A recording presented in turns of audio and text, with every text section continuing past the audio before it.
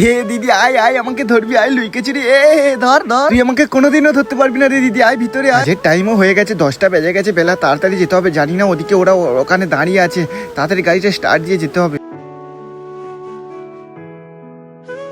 আজকের আমাকে শিওর বকুনি খেতে হবে। দেখি গিয়ারটা দিয়ে তাড়াতাড়ি স্টার্ট করি। বাঁচাও, কে আছো, আমাকে বাঁচাও। একটা কাজে যাবো আর একটা বিপদ। ওখানে ওই মেয়েটা মনে হয় পড়ে গেছে গাড়ি অ্যাক্সিডেন্টে, যাই ওকে বাঁচিয়ে দিই। আমার কাজে ওদিকে দেরি হয় হোক, আমার সামনে তো একটা রুগী থেকে আমি এইভাবে যেতে পারি না, তাড়াতাড়ি যেতে হবে। আরে বোন আমি আসছি। কে আছো, বাঁচাও, লাগছে। বোন তোমার কি হয়েছে? তোমার লাগেনি তো? ওঠো ওঠো।